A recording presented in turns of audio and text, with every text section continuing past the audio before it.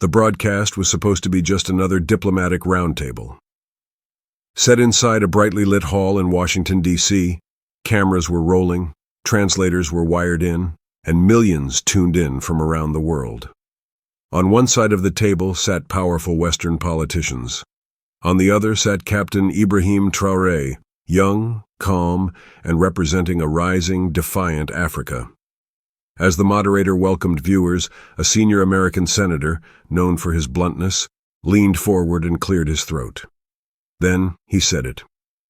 "Captain Traoré, with all due respect, how can a man with no democratic election, no Western training, and barely any economic progress dare speak of African sovereignty?" The room froze. Even the translator paused for a second, unsure how to repeat the words in French. The camera zoomed in on Traoré's face. He didn't flinch. No smile. No anger. Just silence. The kind of silence that demands respect. Viewers in Ouagadougou held their breath. Twitter went wild. Memes were already being made. But in that moment, it wasn't just about politics. It was about dignity. About generations of silence finally meeting a man unafraid to speak. And what he said next, no one was ready for. Before answering, Traoré reached into his military coat. He slowly pulled out a folded, aged piece of paper, creased from years of wear. Cameras tried to zoom in, but it was handwritten in French. He placed it gently on the table. The senator scoffed. "Is that a manifesto?" the senator asked sarcastically, "or a wish list from a failed state?" Still no reply. Finally, Traoré spoke. "This note was given to me by a woman in the village of Djibo," he said, his voice steady. "She had no shoes. Her son had been taken by terrorists. Her farm was burnt. Yet she handed me this and said, 'Don't speak for yourself. Speak for all of us.'" The room was still. He unfolded the paper and read aloud. "Tell them Africa is not poor. It's being looted. Tell them our children are not voiceless. They've just never been heard. And if they mock you, stand tall, because you do not kneel to shame. You rise to truth."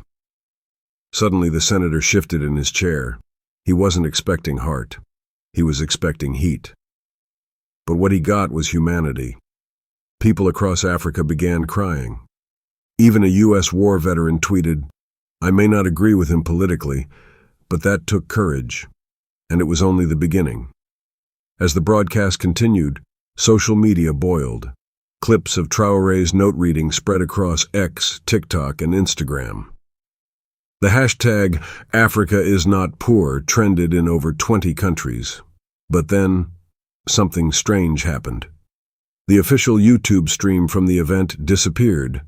Viewers were redirected. Archived clips were suddenly marked unavailable. An intern at the media company later leaked that external pressure had been applied, but it was too late. People had already recorded it. And what's more, someone dug up an old video of that same senator. It showed him just 5 years earlier, praising dictators in oil-rich nations, calling them strong allies. The contradiction exploded online, and just as people started comparing clips, Traoré leaned forward again, this time looking directly into the camera. "To the young people of Africa watching this, don't let anyone shame you for demanding dignity. You were not born to be silent. You were born to lead." A girl in Kenya dropped her school bag and burst into tears. A young man in Haiti whispered to his mother, "Did he just speak for us too?" And somewhere in a newsroom in London, a producer said, "This just turned into a revolution." In a quiet home in Mopti, Mali, a little boy named Ismael sat glued to his uncle's cracked TV screen. He didn't understand all the English or French being spoken, but he understood Traoré's eyes. He understood that voice, that fire, that pain. Because just a month ago, Ismael's village was attacked by militants. His school was reduced to ashes. His best friend didn't survive, and no one came. Not the UN, not a single news camera. But now, this young man in military green was telling the world about him.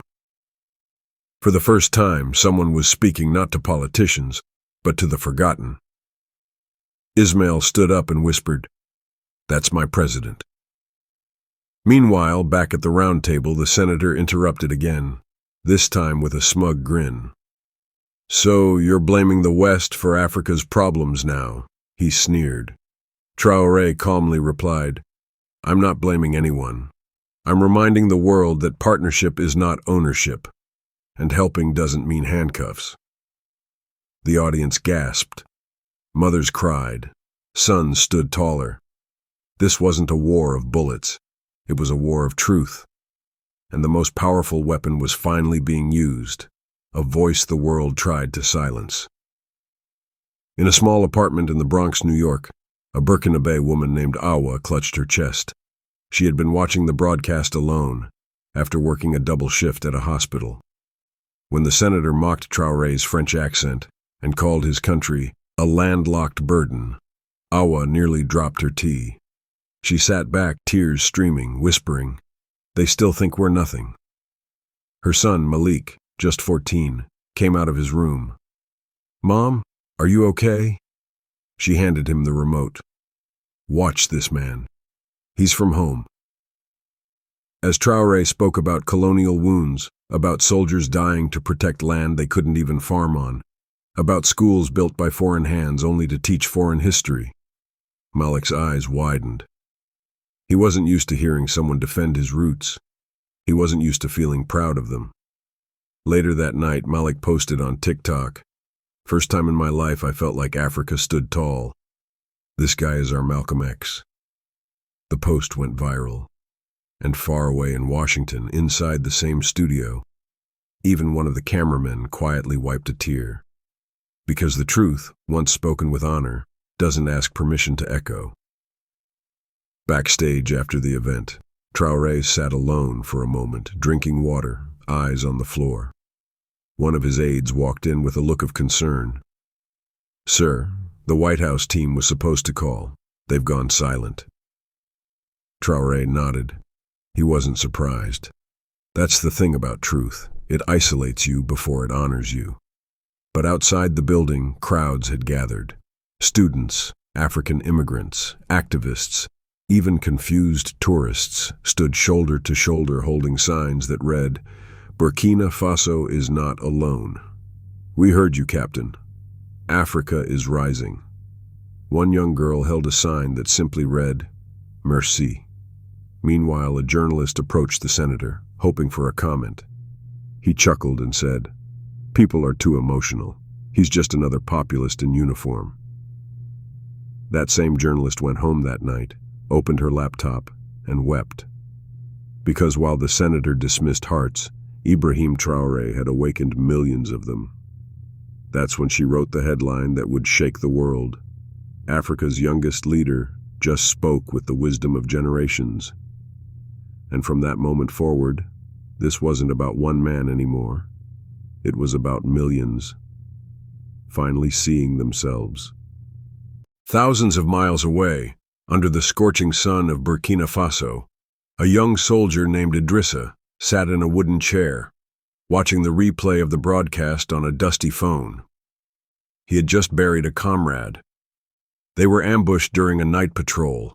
No headlines, no honors, just a torn uniform, a shallow grave, and a grieving mother. As he watched the senator laugh at the idea of African self-defense, something inside Idrissa burned. But then, he saw Traoré lift a small photo from his jacket pocket during the live event. "This is Yakuba," Traoré said softly, age 22. "He died last week fighting for his country, not for pay, not for praise, but because he believed this land was worth dying for. And you call us undisciplined." Idrissa choked. That was his friend, his brother in arms. Tears streamed down his face as he stood, dusted his boots, and whispered. He spoke his name. He didn't let him vanish. At that moment, African soldiers across the continent sat straighter, because one of their own didn't just speak for them.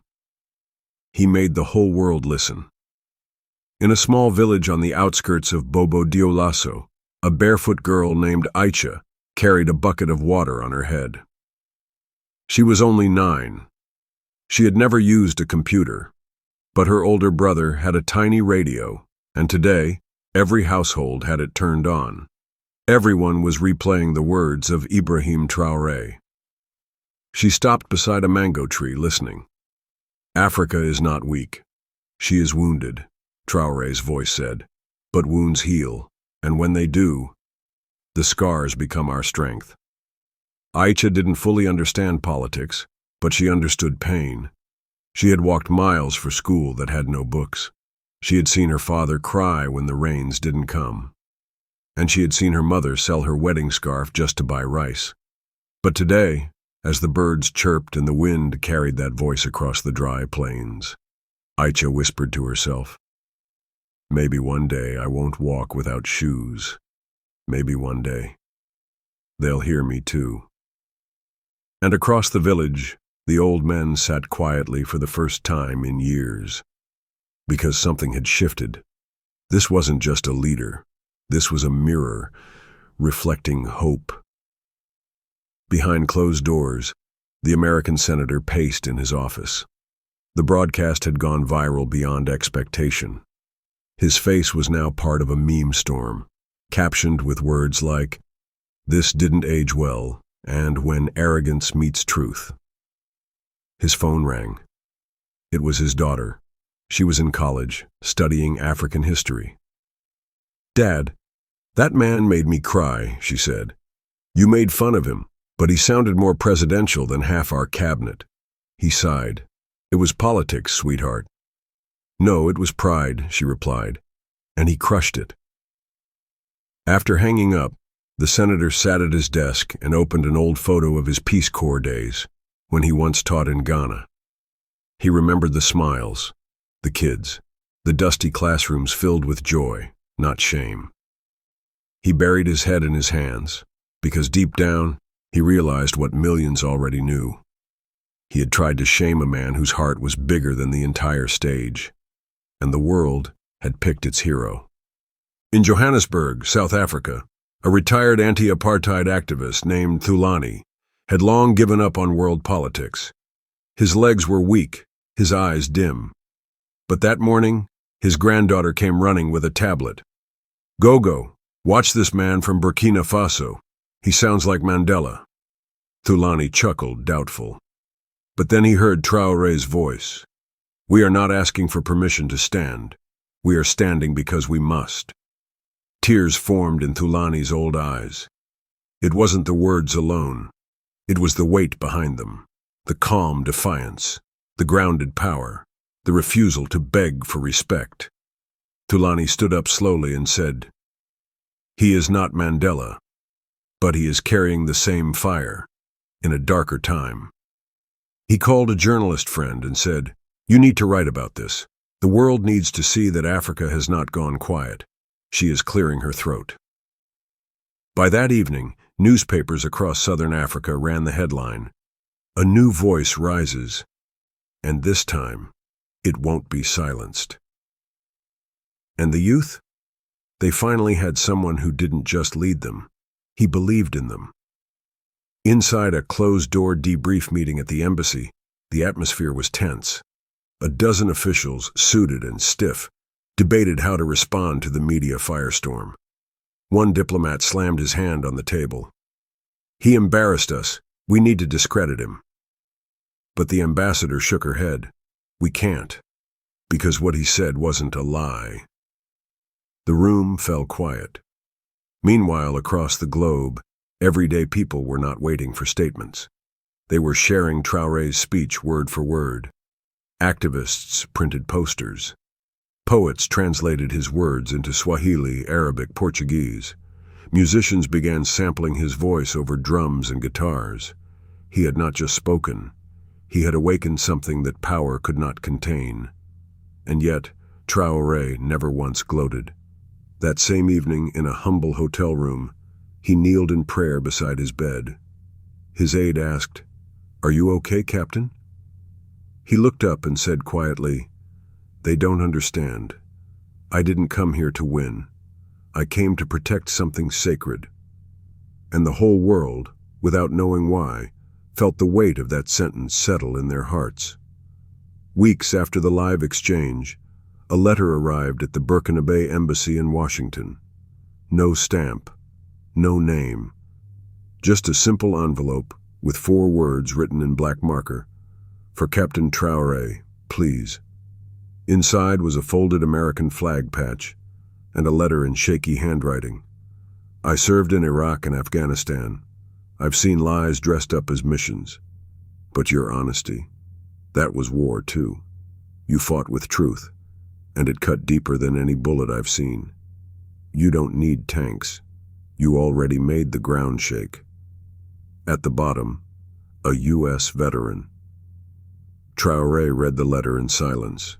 Then, for the first time since the broadcast, his eyes welled with tears. They tried to isolate us, he whispered. But truth, it crosses borders. The camera team caught him staring at the patch, holding it with the same care he would hold a wounded child. And just like that, the world witnessed a rare moment. The warrior had a soul. In a Paris conference hall, world leaders gathered to discuss African development. One seat was left empty on stage, marked Burkina Faso. When asked why he hadn't attended, Traoré released a short statement. We will no longer attend meetings about Africa, where Africa is not allowed to speak for herself. The silence that followed was louder than any speech. In French newsrooms, journalists debated whether he was being arrogant or courageous. But on the streets of Marseille and Lyon, African migrants gathered in circles, whispering his words like scripture. One Congolese teenager said, "That empty chair, that was louder than the whole room." A radio host later called it the most powerful no-show in diplomatic history. Traoré was not just reshaping conversation. He was reshaping who deserved to be heard. And for every African child who had once been told, "You are not enough," he had become the living proof that silence is a weapon, when used with dignity. The American senator hadn't appeared on TV since the confrontation. Public trust had plummeted. Protesters camped outside his office. His staff leaked that he was losing sleep and respect by the hour. In a desperate move, he agreed to a follow-up interview. Cameras rolled. Lights flickered. His hands shook. But when asked if he had anything to say about Traoré, he went quiet for a full 10 seconds. Then he said, "I underestimated him. I underestimated Africa, and I was wrong." The anchor blinked, stunned. Viewers across America gasped. He continued, "Leadership isn't loud. It's not always clean. But that man, he showed more honor than I did. He earned respect, mine included." It wasn't redemption, but it was real. And realness, especially when it comes from power, changes people. The clip reached Traoré within hours. He nodded once, then turned back to a map of Burkina Faso, marked with red pins, each one a village needing water, food, or protection. He didn't celebrate. He didn't gloat. Because respect was never his goal. Healing was. In Ouagadougou, on a breezy Thursday morning, schoolchildren gathered in front of a small projector in a dusty courtyard. Their teacher, Madame Caboret, had prepared something special, a replay of Traoré's full speech.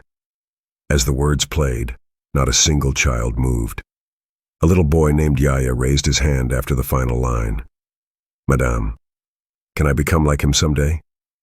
She smiled through tears. "Yes, and when you do, speak like this, with fire in your heart, but peace in your voice." Around the same time, across the country, thousands of people began writing letters, not just to Traoré, but to each other, to strangers, to leaders, to children. Letters filled with hope, pride, and healing. A campaign began. Letters for Africa, where people from all walks of life wrote down what his words meant to them. Hospitals, schools, markets, Even prisoners wrote. And through it all, one sentence kept appearing again and again. Thank you for giving us back our voice. By sunset, the entire capital was glowing, not with lights, but with purpose. In a remote village in northern Burkina Faso, a blind elder named Baba Umar sat by the fire. He had survived famine, war, the fall of governments, the rise of false promises. He had seen everything, except peace. But that night, a local boy came running to him with a small radio. "Grandfather," he said, "listen." He spoke again. Traoré's voice crackled through the old speakers. To every forgotten soul, to every silenced village, we see you, and we will not forget you. Baba Umar didn't speak. He simply nodded. That same night, he passed away peacefully in his sleep. His family later said, he died with a smile. He heard what he had waited a lifetime to hear. His story spread. People across Africa lit candles. Some fasted. Others wept quietly, not just for him, but for every elder who never saw the Africa they dreamed of. But in Traoré, they saw the first light of that dream, and that light could not be dimmed. Weeks later, as a storm raged through the capital, a crowd stood silently outside the presidential palace. They didn't come to protest. They didn't come to demand. They came to thank. Soaked to the skin, they raised their hands and held a simple, worn-out Burkinabe flag. It wasn't new. It was faded and torn, but it stood tall. Suddenly, the palace doors opened. No guards, no speeches, just Traoré himself, stepping into the rain. He walked to the crowd and took the flag in his hands, then held it to his chest. "This flag," he said, his voice trembling, "was once stepped on. But now, the world has seen it rise." The rain stopped. Some say it was coincidence. Others say it was God. But no one, not a single soul, left without crying that day. And somewhere far away, in a little apartment in Europe, a young African boy pointed to the screen and whispered, "That's the kind of man I want to be." Months passed, but the echoes of that broadcast never faded. Documentaries were made. University courses were updated. World leaders began to shift their tone. Something had changed, not just in Burkina Faso, not just in Africa, but across humanity. Then one final moment broke everything wide open. At a peace summit in Ghana, Traoré was asked, "What do you want history to remember about you?" He paused. The room leaned in, cameras rolled, and then he said softly, "I want history to remember that Africa finally remembered herself." The entire hall stood up. People wept openly. Even seasoned journalists couldn't speak. Across the globe, in bedrooms, classrooms, prison cells, and hospitals, people watched this clip and cried, because in that one sentence, a continent stood taller. The forgotten felt remembered. The silent felt heard, and the wounded began to heal. If your heart is pounding right now, if you felt something deep inside you move, if you cried or smiled or just felt proud for even a second, like this video, comment the word respect if Ibrahim Traoré touched your soul. Subscribe if you believe Africa is rising, and the world better pay attention. Because this is not just a story, it's a reminder that truth still matters, and so do you. Thank you for watching.